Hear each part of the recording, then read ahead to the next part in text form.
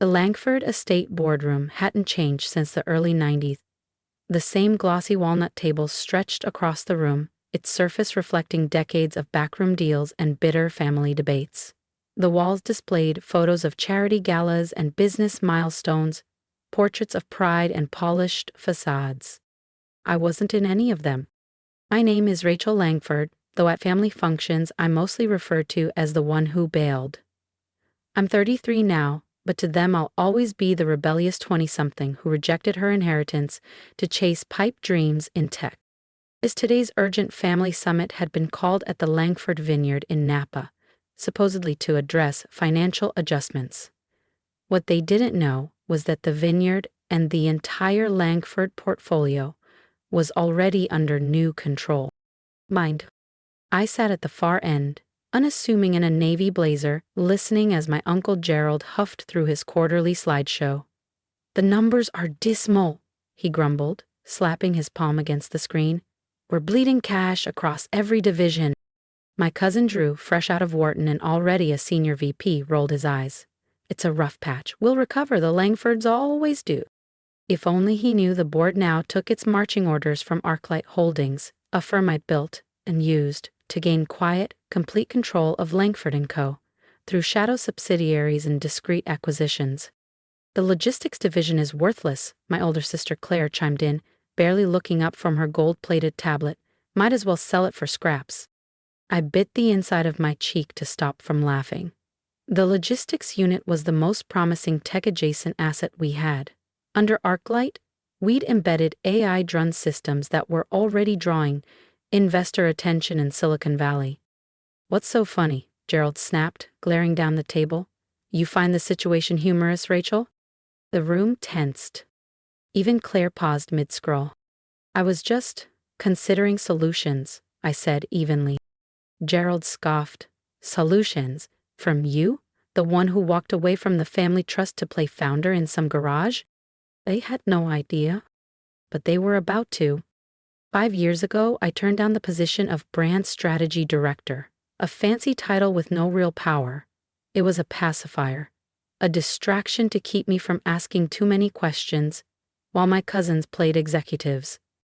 Instead, I took my inheritance and founded ArcLight Holdings, targeting tech-based turnarounds and hidden value acquisitions. I leaned back slightly in my chair. "I do have some experience in corporate restructuring," I said evenly. Drew chuckled. "Experience? You mean your little startup in a co-working space downtown? This is Langford & Co., Rachel. It's a billion-dollar legacy. Leave the serious work to the professionals." I almost laughed. My real office spans the top 3 floors of the Monarch Tower, an elite space they've never been invited to. The shared workspace was a ruse, a calculated move to stay underestimated. My father, seated quietly at the side, shifted.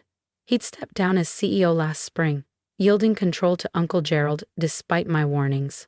Dad never had the spine to challenge his older brother. "Rachel's company, ArcLight, has done well," he said hesitantly. "Maybe we should listen."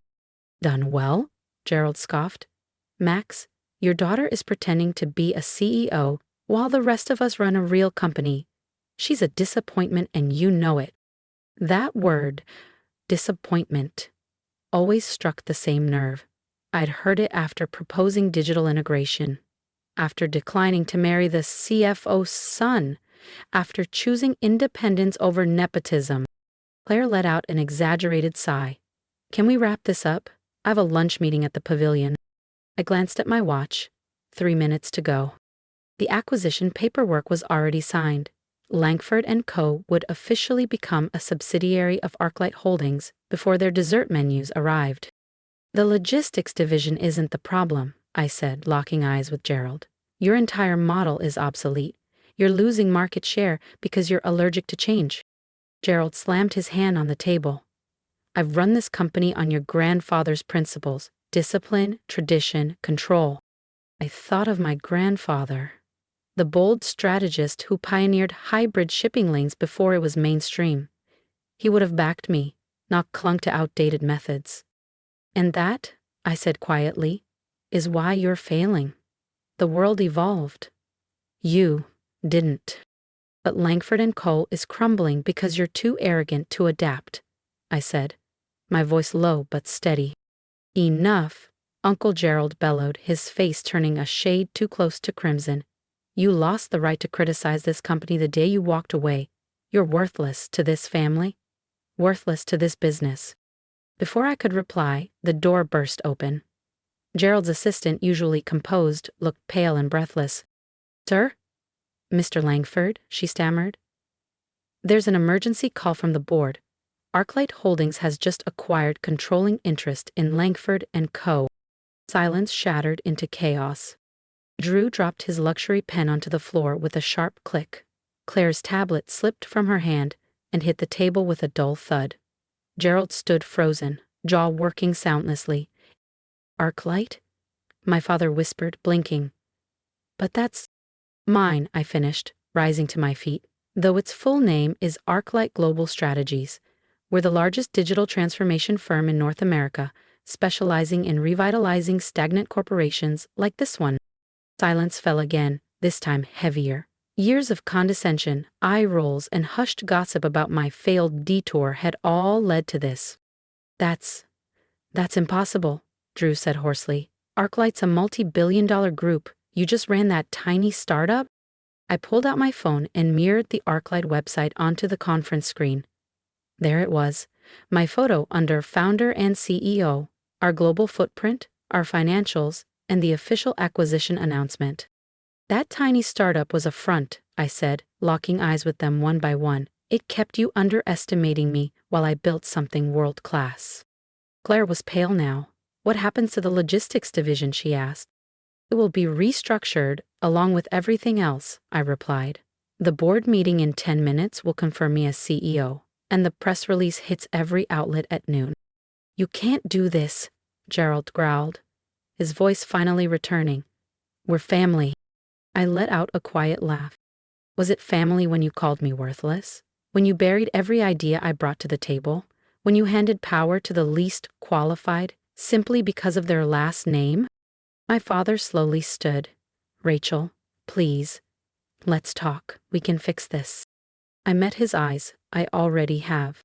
If you've ever been called worthless, only to rise higher than anyone imagined, hit that subscribe button, because Rachel's story isn't over, and the next boardroom battle is one you won't want to miss. We could have talked years ago, I said, cutting off my father's shaky attempt at reconciliation. You could have listened when I warned you about Gerald.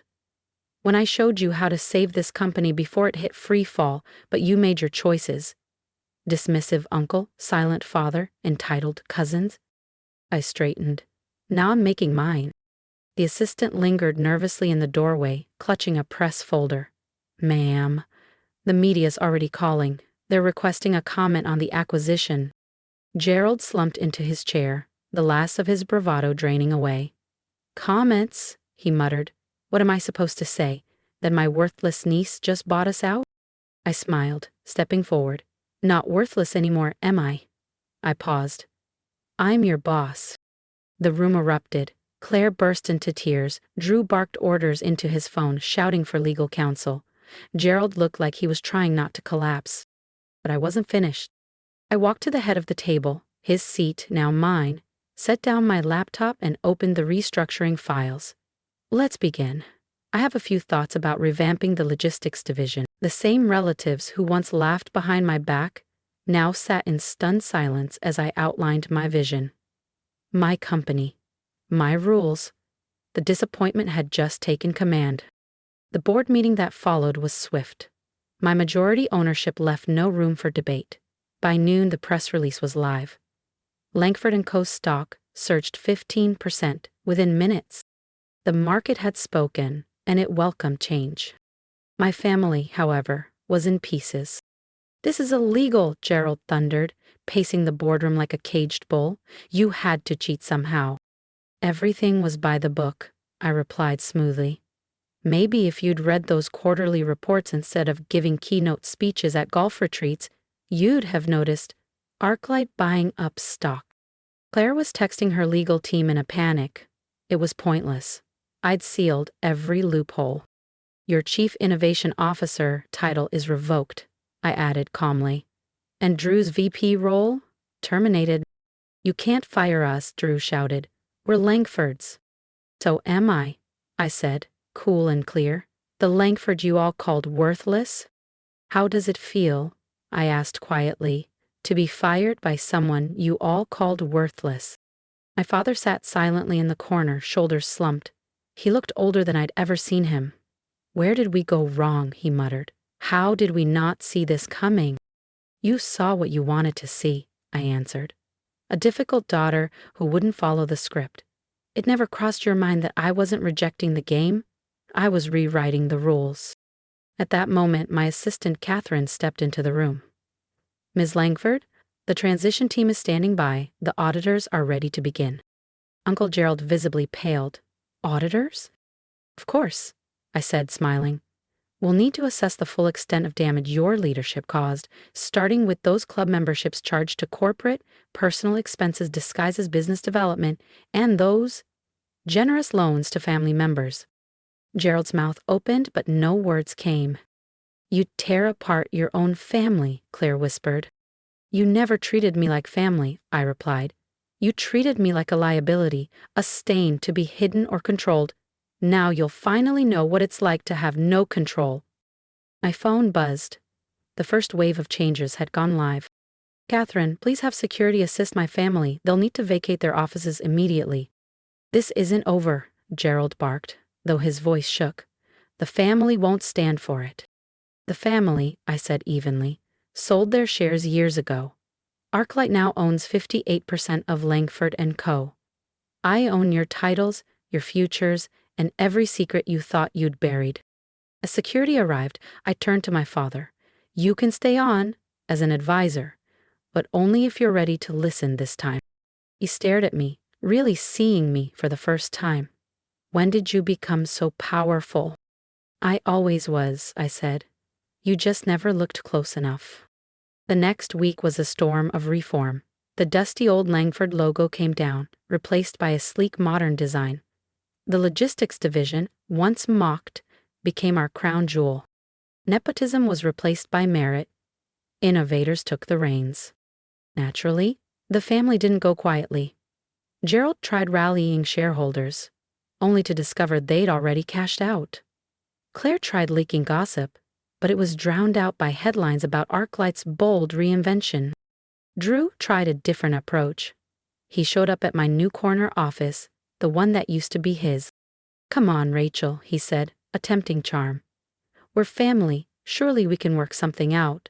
I've changed. I leaned back in his old chair and studied him. Have you? Drew began, his voice faltering. What lesson would that be? That I underestimated you. That we all did. But we can fix this. We can make it a real family company again. It is a real family company, I said calmly, just not the family you envisioned. I stood. Your position has already been filled. By someone qualified.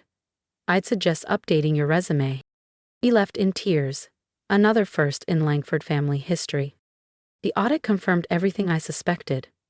Years of corruption, unchecked nepotism, and self-dealing. Gerald had siphoned millions into shell accounts. Claire had padded payrolls with friends under fake consulting contracts. Drew had traded Langford's stock based on privileged boardroom information. The SEC will want a word, my legal team said grimly. Then give them everything, I replied. Full transparency. Every document, every payout, every fake invoice. Let them see how the Langfords really operated. My father, now a quiet advisor in name only, watched the unraveling with hollow eyes. They could go to prison, he whispered one night. They made their choices, I said, just like they chose to call me worthless. And the fallout was swift and spectacular. Gerald was indicted for embezzlement. Claire and Drew were permanently barred from securities trading. The Langford name, once equated with privilege and power, now trended with scandal and disgrace. But through the wreckage, Arclight thrived. Our stock doubled in a month. Investors saw what I had always seen, potential buried under arrogance. With the tech division properly funded, we released innovations that redefined our industry. The culture shifted from inheritance to innovation, from legacy to leadership.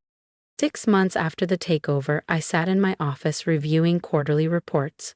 The top floor view was breathtaking, but I wasn't looking at the skyline. I was staring at a framed photo on my desk, the last Langford Christmas before I left, everyone beaming with pride, and me, slightly apart, already planning my rebellion. Catherine entered quietly. "Your uncle's sentencing is tomorrow. Will you be attending?" I thought for a moment. Gerald would face a judge, his power gone, his empire in ruins. "No," I said softly. "I have a company to run." She nodded, then paused at the door. "Oh, one more thing. The new boardroom family portraits just arrived. Would you like me to hang them?" Catherine asked softly, referring to the new boardroom photos. "Take down the old ones," I instructed. "This isn't a family company anymore. It's something better." That evening, long after the office had cleared out, there was a quiet knock at my door. My father stepped in, shoulders stooped, eyes tired. But behind the weariness, there was something else. Pride. "I underestimated you," he said simply. "We all did. Can you ever forgive us?" I leaned back, the weight of years behind my silence. "Forgiveness was never the goal," I replied. "This wasn't revenge. It was about showing that success doesn't have to come from tradition, that worth isn't defined by legacy." He nodded slowly, the truth finally settling in. "The company, what you've done with it, it's extraordinary." "It always could have been," I said, "but none of you were willing to see past the old way." He turned to go, then paused. "For what it's worth, I'm proud of you, even if I don't fully understand how you became this person." "I always was," I said quietly. "You just never looked close enough." After he left, I stood at the window, watching the city twinkle beneath the dark Napa sky. Somewhere out there, my relatives were bracing for Uncle Gerald's sentencing. Elizabeth had listed her penthouse. Drew was submitting resumes for jobs he used to laugh at. But I wasn't thinking about them. I was thinking about the future, about a company unburdened by legacy, free to innovate, to rise. The worthless daughter was now the most valuable Langford of all, and she was only just beginning. Catherine's voice buzzed through the intercom. "Your 7 p.m. is here. The venture capital team from Menlo Park." I smiled, adjusting my jacket. Time to show another room of traditionalists what the future looks like. "Send them in. And Catherine, have the old family photos delivered to my relatives. They'll need the memories more than I will." Those photos would arrive in the places they'd never imagined falling. Elizabeth's 1-bedroom rental, Drew's childhood room at his mother's house, Gerald's attorney's office. But I wouldn't be in those photos anymore.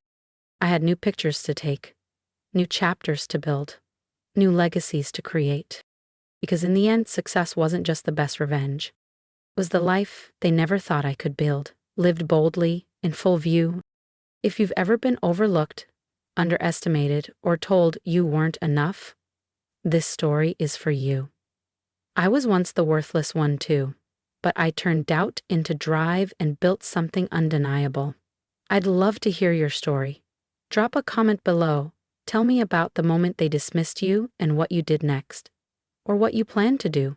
Because success isn't about revenge, it's about reclaiming your voice. And if my journey resonated with you, hit that subscribe button. Let's keep building a community of quiet strength, bold ambition, and unstoppable resilience. Your comeback starts now.